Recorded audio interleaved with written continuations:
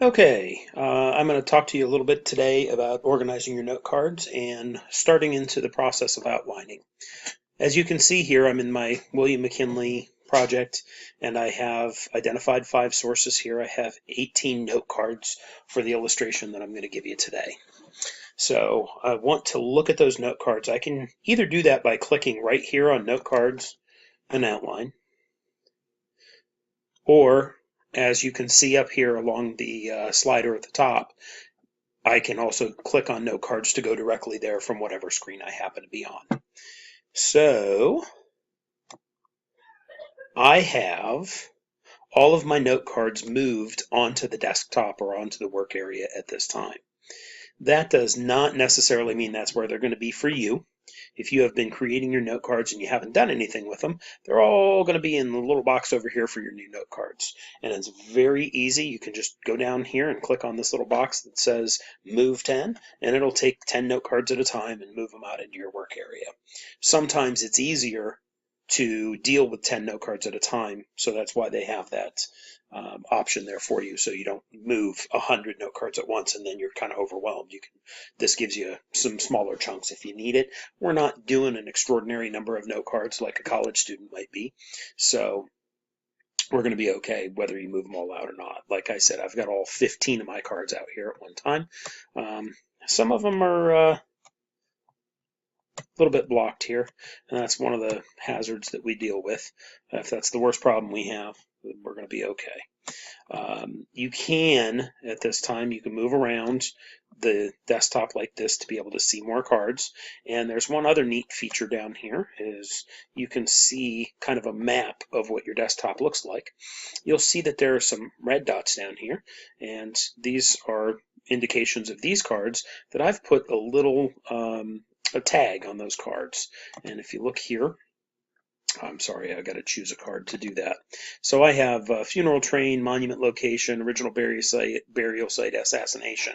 I have all those marked as cards that I think are going to go together. I've put red tags on those, so I'm going to choose this card here. I don't know if I need to control click that one, but anyhow, let me check on my tags.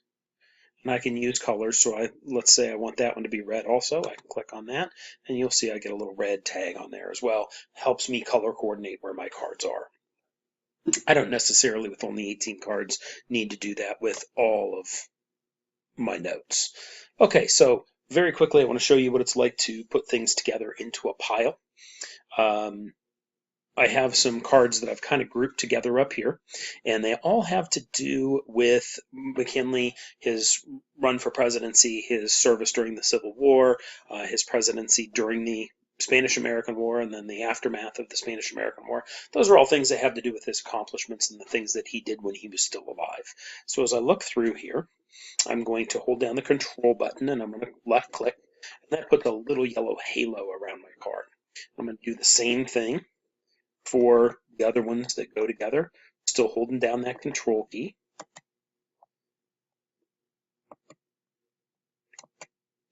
And then I have this card down here that I never unselected, so let's see what happens. Okay, I just unselected that one by, again, holding down the control key. Now I've got 7 cards in this area collected. I want to add it, I want to make a pile because I know all those cards go together. And I don't have an existing pile, so I'm going to create a new pile, and I need to know what to do. I might call that pile McKinley's accomplishments, because certainly it's McKinley's life that is the reason that we have a monument to him today. If he hadn't done anything of any note, as for instance being the President of the United States, then he wouldn't have a monument today. So when I create that pile, you're going to notice that it puts all 7 of my cards, and now they're overlapping with one another. So when I move those back out to my desktop area, when I go to move those cards, they all slide around together as a pile, and there's a number on top of that pile that tells me how many cards I have in that pile. So those are the ones under McKinley's accomplishments. Let's take a look at, well, there's one that says sword effect. And I know that that's something you can see today. I think that's pretty cool. The planetarium down here, that's also something that I can see today. And I know that if you go visit One of the sad things about this is that McKinley's had a couple of daughters that died. They are also buried with them, and as are both President and Mrs. McKinley. So we have these cards that all go together. This is kind of a modern day aspect, a modern day look at the monument. So I'm going to select those cards the same way, hold down Control, and click, click, click, and all with the Control held down. I'm going to make a new pile for them. And again, I'm going to create a new pile. And when I create a new pile, I'm going to call that one maybe Monument Today. Now, I've always called it the McKinley Monument, but I think officially it's called McKinley Presidential Memorial. So I may need to change my terminology for the project itself. Okay, so now what I have left is some fundraising for the monument. Well, that's certainly after McKinley died, and the shooting, the monument location, that's a choice that was made 100 and some years ago. The actual funeral train, how they got him back to Canton, as well as the original burial location before the monument was finished, reason for assassination. So here are some of those cards that I think are going to be in my middle main point, and so I'll select all those.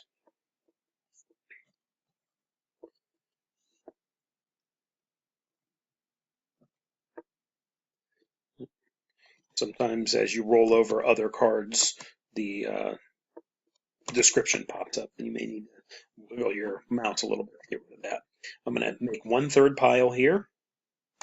And this pile is going to have to do maybe with the creation of the memorial. Okay, so now I have my cards. Now this is a little bit artificial because knowing what I know, I didn't look for other information, cool information on McKinley, and accidentally find something that didn't fit in one of my main points. There might be other cards out here that you have left over anywhere out here that don't fit in with those three main piles, and that's okay for right now. But for right now, what we've done is we've taken our information, we've organized it, and we've actually started to move away from the words inspiration, creation, and visitation that we've talked about up until this point in the project. And now we're actually talking about your topic itself. I have McKinley's accomplishments. Those are the things, that's what we would have called inspiration before. And then the creation of the memorial, of course, that's creation. And visitation, in other words, what are we seeing at the monument and the presidential library today? So that's the step that we're going to take today. We're going to move from having a bunch of note cards into trying to figure out what are we going to call the piles. And even if we don't do this portion, I know I did that really quickly, and even if we don't do this portion today, what we really want to do, the goal for today, is to come up with what we're going to call our 3 topics so that they are specific to your project. And I will tell you how to do that momentarily.